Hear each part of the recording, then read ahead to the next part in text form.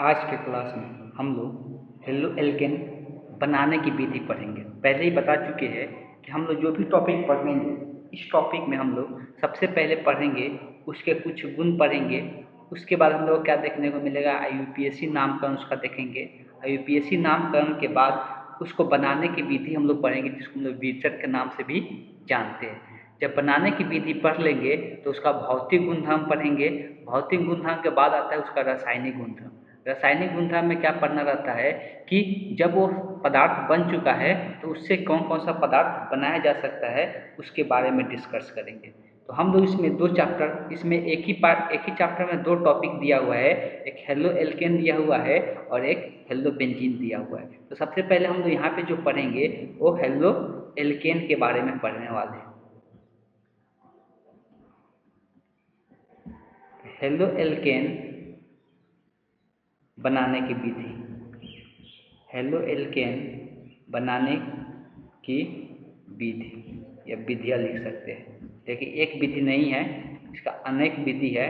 तो halo alkane बनाने की विधि अगर बात करते हैं हेलो एल्केन का, तो हेलो एल्केन का मतलब होता है कि उसमें कोई भी एल्किल समूह क्या होना चाहिए, जुड़ा हुआ होना चाहिए। कोई भी एल्किल समूह जुड़ा हुआ होना चाहिए, सॉरी, कोई भी उसमें हाइड्रोजन समूह जुड़ा हुआ होना चाहिए। तो उसी को हम लोग क्या कहते हैं, हेलो एल्केन कहते हैं। तो ये कैसे बनता है, तो सबसे पहले हम लोग इसमें एक नंबर इसमें देखने वाले हैं जो एल्केन से बनाएंगे।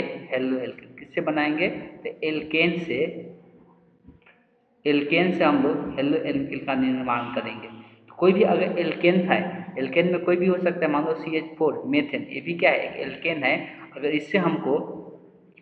इससे अगर हमको क्या बनाना है, तो इससे हमको अगर हेलो एल्केन बनाना है तो इसको अभिक्रिया कराना पड़ता है क्लोरीन गैस के साथ। किसके साथ, क्लोरीन गैस के साथ। और ये अभिक्रिया करेगा किसके प्रजेश में, एच न्यू का मतलब है प्रकाश की उपस्थिति में। प्रकाश के लाइट की उपस्थिति में अगर इसके साथ अभिक्रिया कराते हैं तो यहाँ से हम लोग को हेलो एल्केन का निर्माण होता है। तो यहाँ से बोल सकते हैं, यहाँ से एक हाइड्रोजन क्या हो जाता है, रिप्लेस हो जाता है, 3 हाइड्रोजन हो जाएगा और एक Cl जुड़ जाता है। तो यहाँ से ये हेलो एल्केन बन गया। और साथ में इसमें से जो हाइड्रोजन निकलता है, इसमें जो हाइड्रोजन निकला और इसमें का एक जो क्लोरीन होता है वो HCl का निर्माण कर लेता है। वो किसका निर्माण कर लेता है, HCl का निर्माण कर लेता है। थोड़ा सा और कॉन्सेप्ट को थोड़ा डीपली समझते हैं। हम यहाँ पे क्या बता रहे हैं कि ये हम लोग के पास मेथेन है। ये क्या था हम लोग के पास, मेथेन था। मेथेन से हम लोग ये जो निर्माण हुआ, क्या किसका निर्माण हुआ, क्लोरोमेथेन। इसको क्लोरोमेथेन हम लोग कह सकते हैं। इसको क्या कहेंगे, क्लोरोमेथेन। IUPAC नामकरण अगर लिखेंगे तो इसको क्लोरोमेथेन के नाम से हम लोग जानेंगे। अब अगर बात करते हैं तो यहाँ पे मेथेन का स्ट्रक्चर किस प्रकार का होता है, इससे 4 हाइड्रोजन जुड़ा हुआ रहता है। इससे कितना हाइड्रोजन, इससे 4 हाइड्रोजन जुड़ा हुआ रहता है। जैसे इसके पास Cl आता है, ये Cl आता है, ये Cl2, तो Cl2 डबल बॉन्ड के साथ जुड़ा आता है, तो ये मुक्त मूलक का निर्माण करता है। ये अब मुक्त मूलक का मतलब क्या है, इसको थोड़ा समझते हैं। मुक्त मूलक का मतलब होता है कि ये एक एक इलेक्ट्रॉन का शेयर करके बना हुआ है। तो ये अपना एक एक इलेक्ट्रॉन ये बॉन्ड तोड़ देता है और एक एक इलेक्ट्रॉन इस पर आ जाता है। इसके कारण ही क्या होता है, यहाँ का एक हाइड्रोजन रिप्लेस होता है। यहाँ का एक हाइड्रोजन क्या होगा, रिप्लेस होगा और एक Cl के साथ चला जाएगा और एक Cl जो होगा इस कार्बन पे जाके जुड़ जाएगा। जैसे एक कार्बन का बॉन्ड फ्री हो रहा है, वहाँ पे कौन आके जुड़ रहा है, एक क्लोरीन आके जुड़ जा रहा है। तो यहाँ से एक हाइड्रोजन हटा और एक क्लोरीन जुड़ेगा, तो क्या बनेगा, 3 हाइड्रोजन इस पर पहले से रहेगा और एक यहाँ पे क्लोरीन जुड़ जाएगा और एक यहाँ से जो क्लोरीन निकला वो H के साथ चला गया, तो किसका निर्माण हो गया, HCl का निर्माण हो गया। और ये किसका निर्माण हो गया, CH3Cl का निर्माण हो गया, जो हम यहाँ पे लिखे हैं। तो इस प्रकार से इसको समझ सकते हैं और यहाँ पर समझाने के लिए इसको हम यहाँ पर लिखे। मतलब मेनली हम लोग को जरूरी है ये चीज़ है, ये चीज़ ध्यान में होना चाहिए। बताया जाता है कि जो ये क्लोरोमेथेन का निर्माण हुआ, ये जो क्लोरोमेथेन का निर्माण हुआ, इसको हम लोग, ये जो क्लोरोमेथेन का निर्माण हुआ, अगर फिर से इसको ये CH3Cl जो बना, इसको अगर फिर से Cl2 के साथ अभिक्रिया करा दे, फिर से इसको क्या करे, Cl2 के साथ अभिक्रिया करा दे, किसके उपस्थिति में, प्रकाश के लाइट की उपस्थिति में। तो प्रकाश के लाइट को हम एच न्यू से दिखाते हैं, तो प्रकाश के लाइट की उपस्थिति में अगर फिर से अभिक्रिया कराते हैं तो फिर से ये क्या करता है, एक हाइड्रोजन को और रिप्लेस कर देगा। अब यहाँ पर 2 ही हाइड्रोजन बचेगा और साथ में इसके साथ कितना Cl जुड़ जाएगा, तो 2 Cl इसके साथ जुड़ जाएगा। तो CH2 यहाँ पर Cl2 लिख दिए हैं, तो 2 Cl जुड़ गया और साथ में फिर एक Cl यहाँ से निकला और एक हाइड्रोजन यहाँ से निकला, तो फिर से HCl का निर्माण कर लिया। फिर से हम यहाँ पर एक बार डिस्क्राइब कर देते हैं दोनों को किस प्रकार से ये जुड़ा हुआ है। तो ये एक कार्बन पे पहले से कितना, इस पर पहले से 3 हाइड्रोजन था और एक यहाँ पे Cl था। अब प्लस में Cl2 का मतलब होता है सिंगल बॉन्ड से जुड़ा था, मुक्त मूलक का मतलब समझा दे एक इलेक्ट्रॉन लेके निकल जाता है। फिर से वही चीज़ यहाँ पे होगा, यहाँ से एक हाइड्रोजन एक Cl के साथ निकल जाएगा और जो यहाँ पे Cl बच जाएगा वो उस कार्बन के साथ जाके यहाँ पे जुड़ जाएगा। इस तरह से इसका निर्माण हो जाता है HC, यहाँ पे हो गया Cl और एक हाइड्रोजन यहाँ पे है और यहाँ पर भी Cl आ गया, तो 2 Cl साथ में आ जाता है और इसी को शॉर्ट फॉर्म में हम लोग इस प्रकार से दर्शाते हैं। ठीक है, बात क्लियर है, आगे चलते हैं। अगर ऐसे ही कब तक अभिक्रिया चलते रहेगा, फिर से यहाँ पर तो Cl का निर्माण हमेशा होगा ही, साथ में HCl यहाँ पे बनेगा। फिर अगर इसका इसका नाम का अगर बात करते हैं, अगर इसका नाम का बात करते हैं, इसको नाम हम लोग 2 क्लोरीन है, इसको हम लोग लिख सकते हैं डाइक्लोरो। क्या लिख सकते हैं, डाइक्लोरो। और क्या एक कार्बन है तो मेथन लिखेंगे, डाइक्लोरोमेथेन हो जाएगा। इस तरह से इसका नामकरण कर सकते हैं। अगर इसका अभिक्रिया फिर से हम लोग क्लोरीन गैस के साथ अगर कराते हैं, इसका अभिक्रिया फिर से अगर क्लोरीन गैस के साथ अगर करते हैं, तो पहले से यहाँ पर 2 क्लोरीन गैस जुड़ चुका है, प्लस में Cl पूरा यहाँ पर दिखाई देते हैं फिर से अगर क्लोरीन गैस के। और ये हमेशा ध्यान में रखना है कि लाइट की उपस्थिति में होना चाहिए, तभी जाके अभिक्रिया होगा। तो अब फिर यहाँ पर क्या करेगा, एक क्लोरीन गैस एक हाइड्रोजन को फिर लेकर निकल जाएगा और ये जो क्लोरीन गैस बन रहा है फिर ये कार्बन के साथ जाके जुड़ जाएगा। बात को समझना है, हम लोग यहाँ पर दिखा रहे इधर से जुड़ना, तो इसको कहीं पर भी दिखा सकते हैं। तो अगर बात करते तो यहाँ पर 3 क्लोरीन गैस, अब क्लोरीन इसके साथ क्या हो गया, जुड़ गया और एक यहाँ पे हाइड्रोजन बच गया और एक यहाँ पे जो HCl का निर्माण कर लेता है साइड में, ये HCl बन जाएगा। अगर इसका नाम का बात करेंगे तो इसको हम लोग क्या कहेंगे, ट्राई क्लोरोमेथेन। इसको हम लोग कहेंगे ट्राई क्लोरोमेथेन के नाम से जानेंगे, तो इसको हम लोग ट्राई क्लोरोमेथेन के नाम से जानेंगे। अगर इसी प्रकार से फिर इसको अगर HCl के साथ अभिक्रिया, देखो उतना बार ये HCl के साथ अभिक्रिया करेगा जब तक उसका पूरा हाइड्रोजन क्या हो जाए, खत्म ना हो जाए। जब तक उसका पूरा हाइड्रोजन खत्म नहीं हो जाए उस टाइम तक ये HCl के साथ अभिक्रिया करते रहेगा।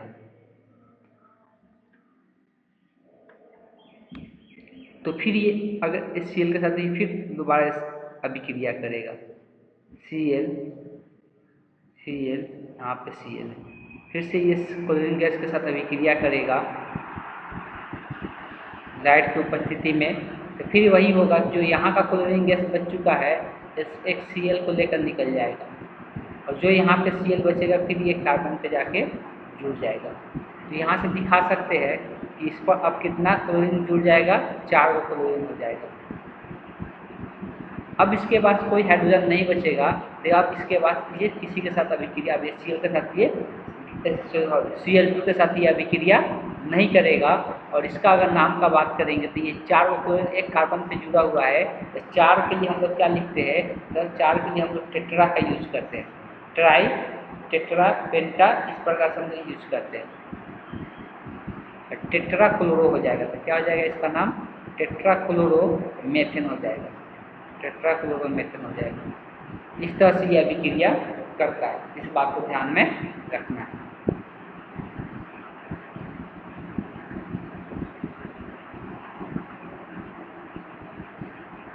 दूसरा हम लोग हेलो एल्केन का निर्माण करेंगे, किसके साथ अभिक्रिया कराकर, कौन बनाएगा हेलो एल्केन, कौन करेगा रिएक्शन हेलो एल्केन का, तो एल्कीन करेगा। अभी हम लोग क्या पढ़ रहे थे, एल्केन पढ़ रहे थे, अब हम लोग एल्कीन देखने वाले हैं।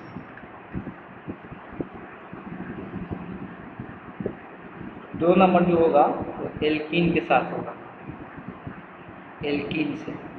एल्कीन का मतलब ये होता है कि डबल बॉन्ड जुड़ा हुआ रहता है, इसमें क्या होता है, डबल बॉन्ड जुड़ा हुआ रहता है, इस बात को ध्यान में रखना है।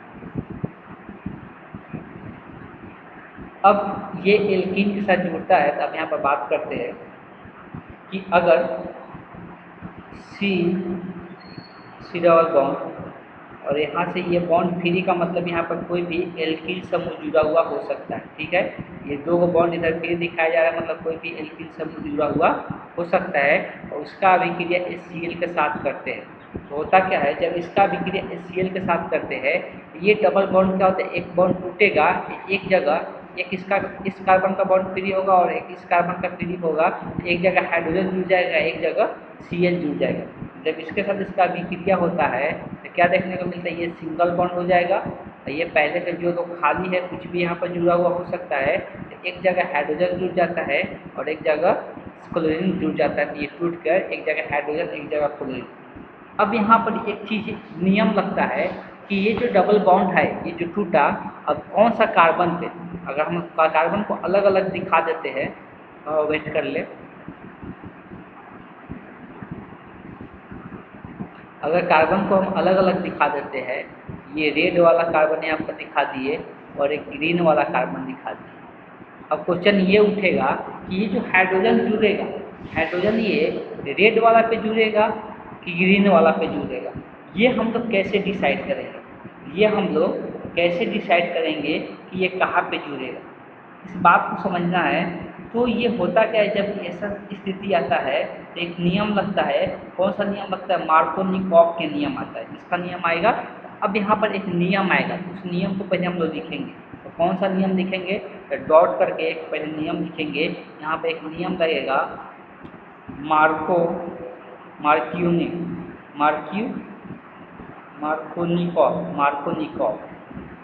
मार्कोनिकॉफ का एक नियम लगेगा, मार्कोनिकॉफ के नियम। मार्कोनिकॉफ का नियम क्या कहता है, तो मार्कोनिकॉफ का नियम कहता है कि इस नियम के अनुसार द्वि या त्रिबंध द्वारा जुड़े असमान कार्बन परमाणु पर यदि असमित अभिकर्मकों का योग होता है तो अभिकर्मक का धन आयन उस धनात्मक परमाणु से जुड़ता है, अभिकर्मक का धन आयन उस धनात्मक परमाणु से जुड़ता है जहाँ हाइड्रोजन अधिक हो।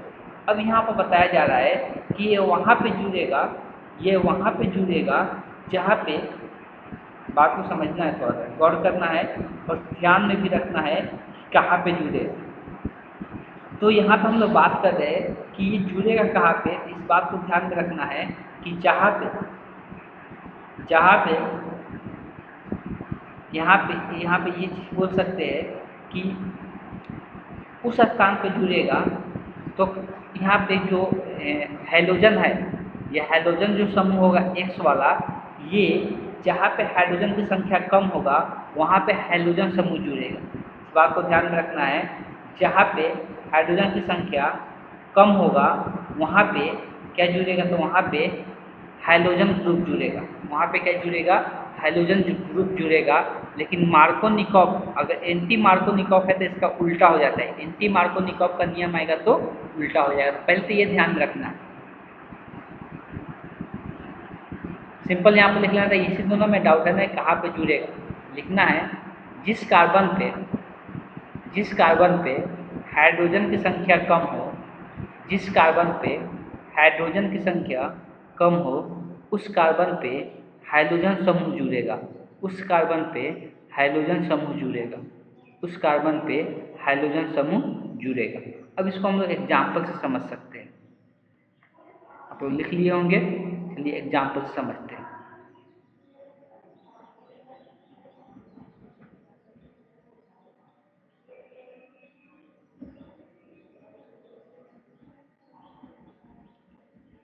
जब इसको हम HBr या HCl के साथ अभिक्रिया कराते हैं तो यहाँ पे हाइड्रोजन समूह क्या है, अब देखो ये बॉन्ड टूटने वाला है, ये जो डबल बॉन्ड है यही टूटेगा, इससे जो दो कार्बन है जुड़ा हुआ है, ये कार्बन और ये कार्बन। इस बात को थोड़ा ध्यान समझना है, ये वाला कार्बन और दूसरा ये वाला कार्बन, ये दोनों कार्बन में से एक जगह हाइड्रोजन समूह जुड़ने वाला, एक जगह हाइड्रोजन, मतलब एक जगह Br जुड़ने वाला, एक जगह हाइड्रोजन जुड़ने वाला है। तो जहाँ पे हाइड्रोजन की संख्या कम होगा, जिस कार्बन पे दोनों में से हाइड्रोजन की संख्या कम होगा वहाँ पे Br समूह जुड़ेगा। देख सकते हैं इस वाले रेड वाले कार्बन पे इस वाले कार्बन पे देखेंगे तो एक हाइड्रोजन है और ये ग्रीन वाले कार्बन पे 2 हाइड्रोजन है, तो यहाँ पर Br किस पर जुड़ेगा, ये रेड वाले कार्बन पे जुड़ेगा। इस प्रकार से हम लोग दिखा सकते हैं कि CH यहाँ पे क्या जुड़ेगा, Br जुड़ेगा, और यहाँ पे अब बात करेंगे तो हाइड्रोजन जुड़ेगा, तो 2 को था, एक हाइड्रोजन जुड़ जाएगा, कितना हो जाएगा, 3 हो जाएगा। आई थिंक आप लोगों को अब समझ में आ गया होगा। और एग्जाम्पल ले लेते हैं समझने के लिए।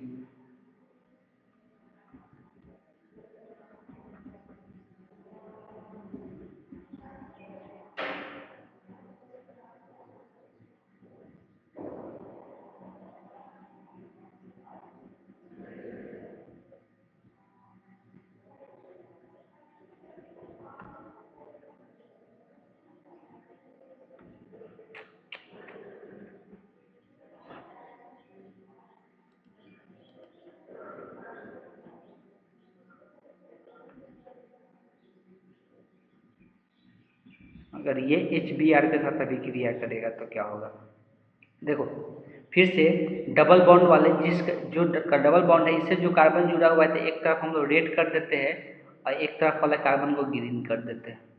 अगर बात करेंगे Br, वहाँ पर जुड़ेगा जहाँ पे हाइड्रोजन की संख्या कम है, दोनों में से इस पर एक भी हाइड्रोजन नहीं है, इस पर एक हाइड्रोजन है, तो अब जैसे कि रेड वाला पे यहाँ पे Br जुड़ेगा तो क्या बन जाएगा, CH3 यहाँ पे जुड़ जाएगा Br, और यहाँ पर सिंगल बॉन्ड हो जाएगा, डबल बॉन्ड टूट के, और इस वाले कार्बन पे एक हाइड्रोजन पहले से था और एक हाइड्रोजन और आके यहाँ पे जुड़ जाएगा, तो CH2 हो जाएगा, और फिर से यहाँ पर क्या हो जाएगा, CH3 हो जाएगा। इस क्वेश्चन का ये रहा। तो इस तरह से मार्कोव-निकोव नियम ध्यान में रखना है किस प्रकार से वर्क कर रहा है।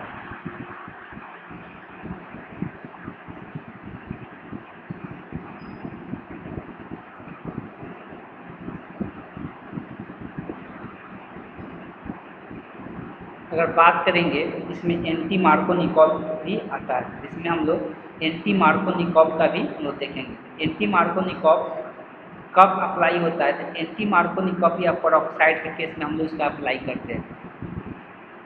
यहाँ पर लिखना है, नोट डाउन करके ही डॉट करके, पेरोक्साइड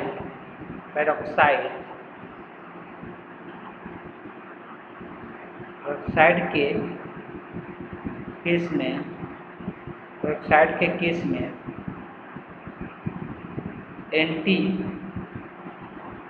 मार्कोव-निकोव नियम का प्रयोग करते हैं। एंटी मार्कोव-निकोव नियम का प्रयोग करते हैं। एंटी मार्कोव-निकोव नियम का प्रयोग करते हैं। एंटी मतलब मार्कोव-निकोव का उल्टा प्रयोग करते हैं। जब पेरोक्साइड आ जाएगा, जब उत्प्रेरक के रूप में पेरोक्साइड आ जाएगा तो उस केस में एंटी मार्कोव-निकोव फॉलो होगा। उस केस में क्या होगा, एंटी मार्कोव-निकोव फॉलो होगा। जैसे इसको एग्जाम्पल समझ सकते हैं,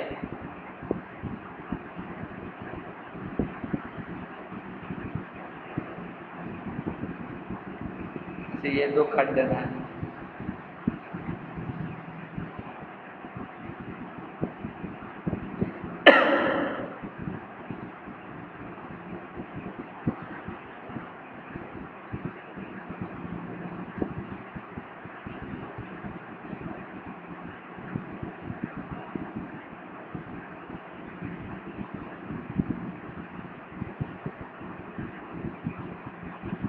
देखो अगर इसको हम अभिक्रिया करा रहे Cl की उपस्थिति में, लेकिन यहाँ उत्प्रेरक के रूप में हम क्या दे दिए, पेरोक्साइड दे दिए। पेरोक्साइड अगर उत्प्रेरक के रूप में हम प्रयोग कर ली तब यहाँ पे एंटी मार्कोव-निकोव लगेगा। अभी हम अगर इसके इस अनुसार देखते, यहाँ पर देखो डबल बॉन्ड के बीच का कार्बन, देखो ये एक डबल बॉन्ड के बीच का कार्बन है, दूसरा ये है।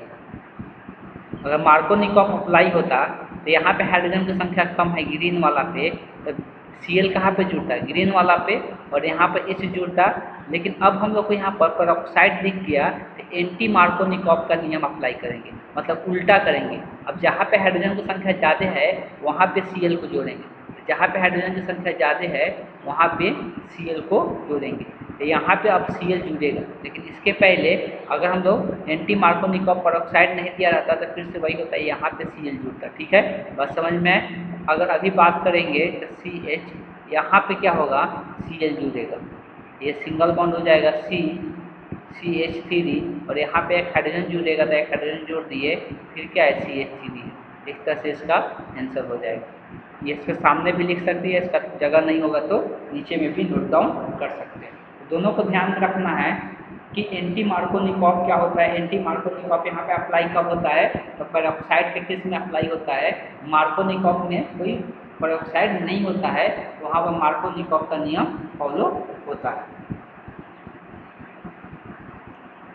आगे अब हम लोग जो क्वेश्चन करने वाले हैं वो है, अभी तक हम लोग देखे कि एल्केन से हेलो एल्केन का निर्माण कर रहे हैं। अब हम लोग उसके बाद देखें कि एल्केन से हेलो एल्केन का निर्माण किए, फिर एल्कीन से हेलो एल्केन का निर्माण कर रहे हैं। अब हम लोग देखेंगे एल्काइन से भी क्या होता है, एल्काइन से भी हम लोग हेलो एल्केन का निर्माण कर सकते हैं।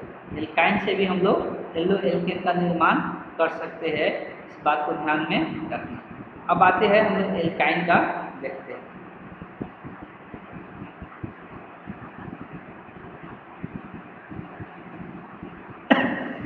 3 नंबर हम लोग देंगे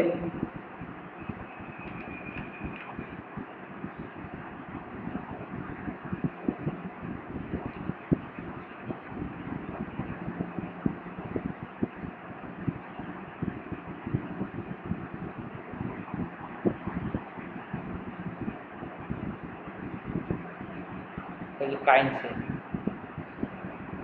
एल्काइन किसको बोलते हैं, जिसमें कार्बन कार्बन के बीच में ट्रिपल बॉन्ड देखने को मिलता है, उसको हम लोग एल्काइन कहते हैं।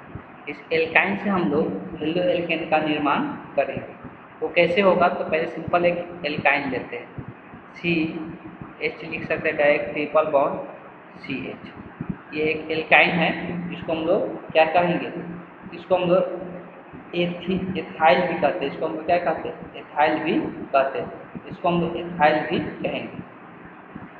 अब अगर बात करते हैं जब ये किसके साथ अभिक्रिया होगा, तो इसमें Br2 या Cl2 के साथ अभिक्रिया होगा। तो यहाँ पर सिंपल क्या होता है कि पहले एक बॉन्ड टूटेगा और 2 Br है, तो एक इस कार्बन पे एक इस कार्बन पे, तो जिस कार्बन के बीच में ये बॉन्ड टूटेगा वो दोनों बॉन्ड फ्री हो जाएगा कार्बन का, इसलिए एक कार्बन पे यहाँ पे जुड़ जाएगा, एक कार्बन पे यहाँ पे Br जुड़ जाएगा। और ध्यान से अगर समझेंगे, HC डबल बॉन्ड C, एक बॉन्ड यहाँ पर टूट गया। जैसे एक बॉन्ड टूटा, यहाँ पर देख सकते हैं कार्बन अभी कितना बॉन्ड बना हुआ है, 3 बॉन्ड, मतलब इसका एक बॉन्ड फ्री हो चुका है, और इसकी ये भी 3 बॉन्ड बना कर रखा है, मतलब इसका भी एक बॉन्ड फ्री हो चुका है, और उसी स्थान पर क्या हो जाता है, तो Br जुड़ जाता है। ये अभिक्रिया यहाँ ही खत्म नहीं होता है, जैसे इसका निर्माण होता है फिर से ये क्या करता है, Br2 के साथ अभिक्रिया कर लेता है, फिर से क्या करता है, ये Br2 के साथ अभिक्रिया कर लेता है, ये फिर से Br2 के साथ अभिक्रिया कर लेता है। अब इस अभिक्रिया में क्या होगा, फिर से जो डबल बॉन्ड दिख रहा है एक टूटेगा, तो दोनों के पास एक एक बॉन्ड फ्री होगा, तो फिर से एक Br यहाँ पर और एक Br यहाँ पे जुड़ जाएगा। इस तरह से हम लोग दर्शा सकते हैं, यहाँ पर Br हो गया, ये डबल बॉन्ड था तो ये सिंगल बॉन्ड हो जाएगा, एक बॉन्ड टूट रहा है फिर से। अब यहाँ पे बात रह गया, फिर से कार्बन यहाँ पे क्या 3 ही बॉन्ड बना रहे हैं, मतलब एक बॉन्ड ये टूट के क्या हो गया, फ्री हो गया। तो जो ये Br निकलेगा, फिर एक Br यहाँ पे जुड़ जाएगा, एक Br यहाँ पे जुड़ जाएगा, तो इस तरह से इसका निर्माण हो जाएगा। तो ये हम लोगों ने कुछ एग्जाम्पल देखे, और इस एग्जाम्पल में हम लोग क्या क्या देखे कि जो है हेलो एल्केन बनाने की जो विधि है, वो अभी तक हम लोग 3 विधि पढ़े। हेलो एल्केन बनाने की जो विधि है अभी तक कितना पढ़े, 3 पढ़े। किससे किससे हेलो एल्केन का निर्माण किया जा रहा है, सबसे पहले हम लोग एल्केन से देखें, फिर एल्कीन से देखें, फिर एल्काइन से देखें। बात को थोड़ा समझने की कोशिश कीजिएगा, हर एक चीज़ फिर से यहाँ पर डिटेल में बताने जा रहे हैं। अभी तक हम लोग जो देखे, इसलिए शुरुआती अवस्था, इसलिए हम यहाँ पे ज़्यादा डिटेल में चलेंगे, बाद में हम लोग फास्ट चलेंगे, ठीक है। तो अभी अगर हम लोग बात करते हैं तो बनाने के लिए जो सीखे, एल्केन से क्या बनाए, एल्केन से हेलो एल्केन का निर्माण किए, हेलो एल्केन का निर्माण किए। वैसे ही एल्कीन से भी हम लोग हेलो एल्केन का निर्माण किए।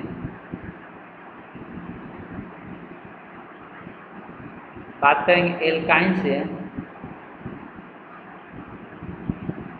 एल्काइन से भी हम लोग क्या निर्माण किए, हेलो एल्केन का निर्माण किए। एल्केन का मतलब होता है कि कार्बन कार्बन के बीच में क्या होता है, सिंगल बॉन्ड। कार्बन कार्बन के बीच में सिंगल बॉन्ड, इस तरह से इसका स्ट्रक्चर जनरल बॉन्ड है। एल्केन का जनरल हम इस प्रकार से दिखा सकते हैं कि इसका भी 3 बॉन्ड क्या है, फ्री है, इसका भी इधर 3 बॉन्ड फ्री है। ये एल्केन से हम लोग देखे थे हेलो एल्केन। इस एल्केन का भी क्रिया किसके साथ कराया जा रहा था, इस सीएल के साथ कराया जा रहा था, ठीक है। वैसे ही हम लोग एल्किन से देखिए, एल्किन का मतलब भी होता है कार्बन कार्बन के बीच में जब डबल बॉन्ड रहेगा, इससे कैसे इस एल्किन का निर्माण होता है। एल्काइन का मतलब होता है कार्बन कार्बन के बीच में जब ट्रिपल बॉन्ड रहेगा, इससे भी हम लोग देखिए यहाँ पर 2 अब नहीं बचेगा, सिर्फ 1 बचेगा और इधर भी 1 बचेगा फिर किसी के साथ जुड़ने के लिए। तो ये एल्काइन से भी हम लोग हेलो एल्केन का निर्माण देखेंगे। अब ये चीज़ें तभी याद रहेगा, समझ में आएगा जब इसको आप लोग बार बार वीडियो को देखकर या बार बार कॉपी को देखकर रिवीजन कीजिएगा, तभी जाके ये सब चीज़ें क्लियर होगा।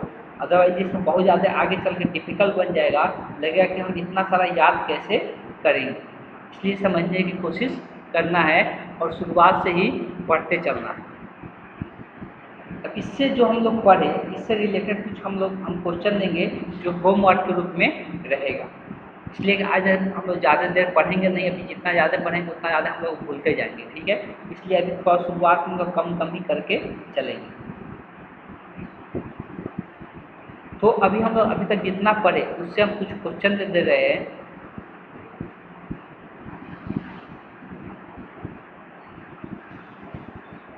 क्वेश्चन का बात करते हैं तो पहला नंबर क्वेश्चन है CH2 CH2 CH3। ये थोड़ा ज़्यादा लंबा हो जाएगा।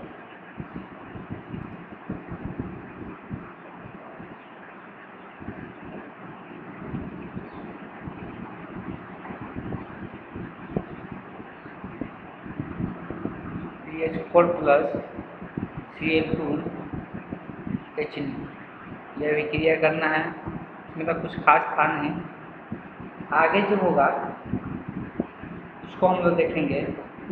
तो एल्काइन के साथ, एल्कीन के साथ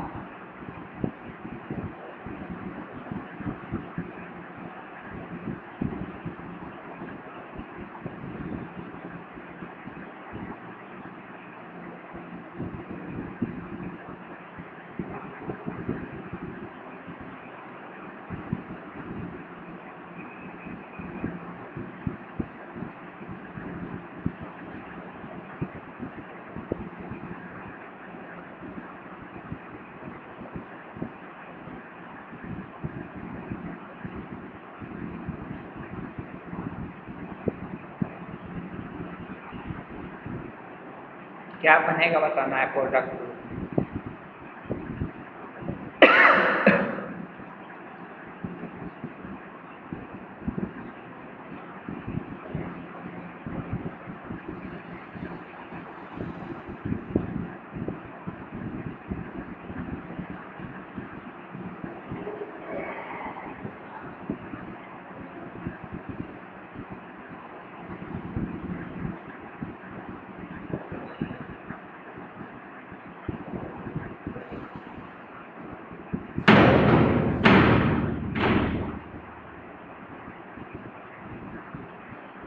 यहाँ पर देते हैं पेरोक्साइड के केस में।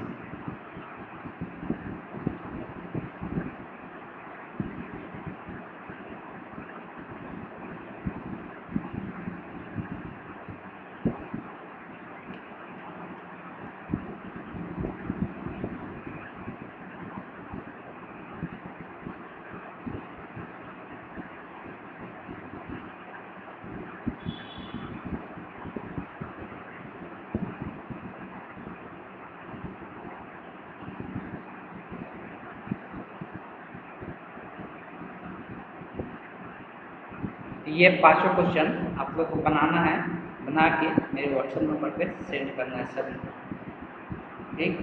तो क्वेश्चन देखिए, अभी से बार बार ये चीज़ें बोल रहे हैं कि ध्यान में रखना है कि रिवीजन होना चाहिए।